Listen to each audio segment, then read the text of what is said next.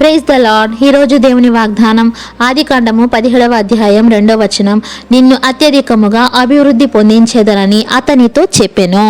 దేవుడు అబ్రహాంకి ఇస్తున్నటువంటి వాగ్దాన విషయమై 99 సంవత్సరాల ప్రాయంలో ఉన్న అబ్రహాంని దర్శించి దేవుడు తన వాక్కుని ప్రత్యక్ష పరుస్తూ ఇచ్చినటువంటి మాట. అబ్రహాంకి దేవుడు ఇచ్చిన వాగ్దానం మనకి అందరికీ తెలిసిందే. అబ్రహాంకి సంతానం లేదు. దేవుడు ఆయనకు ఒక కుమారుని అనుగ్రహిస్తానని చెప్పి అతనిని ఇసుక రేణువులంత విస్తారంగా అబ్రహాం సంతానాన్ని దీవిస్తానని ఒక వాగ్దానాన్ని అబ్రహాంకి ఇచ్చి ఉన్నాడు.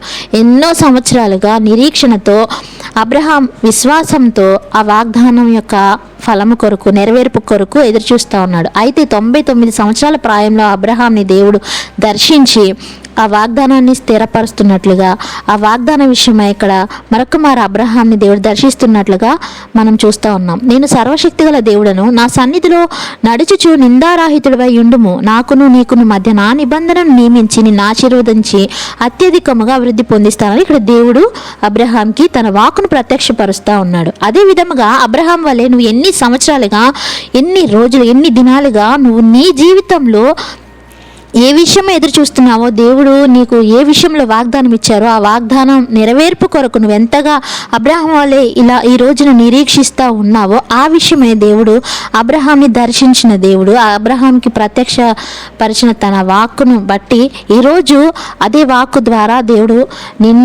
నీకు కూడా తన వాక్కును ప్రత్యక్షపరచుకుంటూ ఉన్నారు.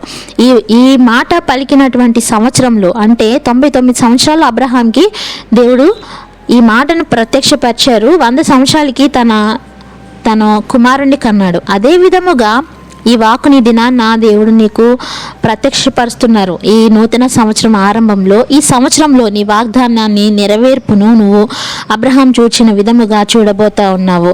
కాబట్టి నమ్మకంగా, ధైర్యంగా ఉండు. ఇక దేవుడు నీ యొక్క కట్లన్నీ, నీ బంధకాలన్నీ తెంచివేసి ఉన్నారు. దేవుడు నీకు ఇచ్చినటువంటి వాగ్దానము నెరవేర్చే సమయము, నీ టైం స్టార్ట్ అయింది. కాబట్టి విశ్వాసంతో, ప్రార్థనయందు పట్టుదలతో దేవుణ్ణి స్తుతిస్తూ ఉండు. ఆమేన్.